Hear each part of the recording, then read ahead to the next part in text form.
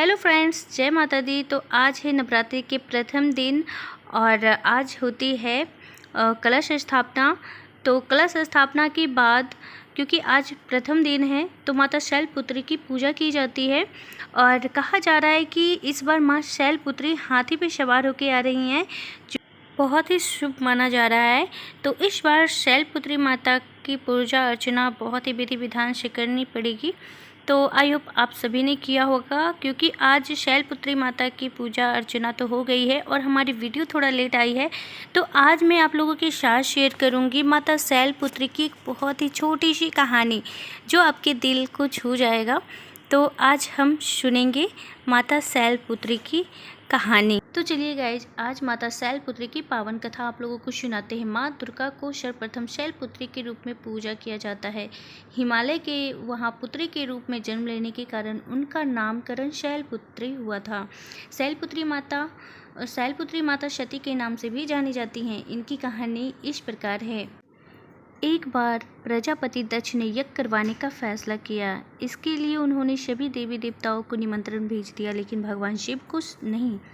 देवी सती भली भांति जानती थी कि उनके पास निमंत्रण नहीं आएगा, लेकिन ऐसा नहीं हुआ। वो उस यज्ञ में जाने के लिए बेचैन थी, लेकिन भगवान शिव ने मना कर दिया। उन्होंने कहा कि यज्ञ में जाने के लिए उनके पास कोई भी निमंत्रण नहीं आया है और इसलिए वहाँ जाना उचित नहीं है।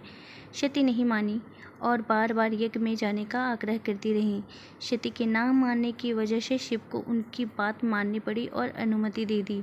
सती जब अपने पिता प्रजापति दक्ष के यहाँ पहुंची तो देखा कि कोई भी उनसे आदर और प्रेम के साथ बातचीत नहीं कर रहा है। सारे लोग मुंह फेरे हुए हैं और उनकी माता ने स्नेह से उन्हें गले लगाया। उनकी बाकी बहनें उनका उपहास उड़ा रही थी और सती के पति भगवान शिव को भी तिरस्कृत कर रही थी। स्वयं दक्ष ने भी अपमान करने का मौका न छोड़ा। ऐसा व्यवहार देख सती दुखी हो गई। अपना और अपने पति का अपमान उनसे सहन न हुआ और फिर अगले ही पल उन्होंने वो कदम उठाया जिसकी कल्पना स्वयं दक्ष ने भी नहीं की होगी। सती ने उसी यज्ञ की अग्नि में खुद को स्वाहा कर अपने प्राण त्याग दिए। भगवान शिव को जैसे ही इनके बारे में पता चला, वो दुखी हो गए। दुख और गुस्से की ज्वाला में जलते हुए शिव ने उस यज्ञ को ध्वस्त कर दिया। इसी सती ने फिर शैलराज हिमालय की पुत्री के रूप में जन्मी और शैलपुत्री कहलाई। पार्वती और हेमवती भी इसी देवी के अन्य नाम हैं। शैलपुत्री का विवाह भी भगवान शंकर से ही हुआ। शैलपुत्री शिव जी की अर्धांगिनी बनी। इनका महत्व और शक्ति अनंत है। तो एक बहुत ही छोटी सी कहानी थी माँ शैलपुत्री की, जो मैंने आपको सुनाया है। आई होप आप सभी को बहुत ही ज़्यादा पसंद आई हो। पसंद आए तो लाइक जरूर से कर दें। तो चलिए माता शैलपुत्री के बारे में थोड़ी सी और जानकारी प्राप्त कर लेते हैं। क्या आपको पता है माता शैलपुत्री का नाम पार्वती भी है? इनका विवाह भी भगवान शिव से ही हुआ। माँ शैलपुत्री का वास काशी नगरी वाराणसी में माना जाता है। वहाँ शैलपुत्री का एक बेहद प्राचीन मंदिर है, जिसके बारे में मान्यता है कि यहाँ माँ शैलपुत्री के लिए सिर्फ दर्शन करने से ही भक्तजनों की मुरादें पूरी हो जाती है। कहा तो यह भी जाता है कि नवरात्रि के पहले दिन यानी प्रतिपदा को जो भी भक्त माँ शैलपुत्री के दर्शन करता है, उसके सारे वैवाहिक जीवन के कष्ट दूर हो जाते हैं।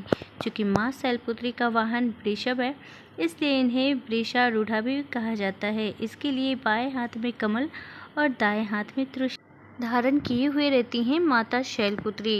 यही देवी प्रथम माँ दुर्गा है। ये ही सती के नाम से भी जानी जाती हैं और यही माता पार्वती भी हैं। नवरात्रि के पहले दिन माँ शैलपुत्री की पूजा से पहले कलश स्थापना जरूर से करना चाहिए। इसके बाद 9 दिनों के व्रत का संकल्प किया जाना चाहिए। वही जो लोग पूरे 9 दिनों तक व्रत नहीं रख सकते हैं, नवरात्रि के पहले दिन माँ शैलपुत्री की विधि पूर्वक पूजा अर्चना करें। पूरे 9 दिनों के व्रत का लाभ उठा सकते हैं। माँ शैलपुत्री का प्रिय रंग सफ़ेद माना जाता है, इसलिए माता को सफ़ेद चीज़ों का भोग जरूर लगाएं। और आज के दिन माता शैलपुत्री के इस मंत्र का जाप जरूर से करें। वंदे वांछित लाभाय चंद्राद्र विकृत शेखराम वृषारूढ़ा शूलधराम यशस्विनीम। इस मंत्र का उच्चारण हमें जरूर से करना चाहिए। तो चलिए गाइज, मैं मिलती हूँ नेक्स्ट वीडियो में। तब तक के लिए बाय। जय माता दी।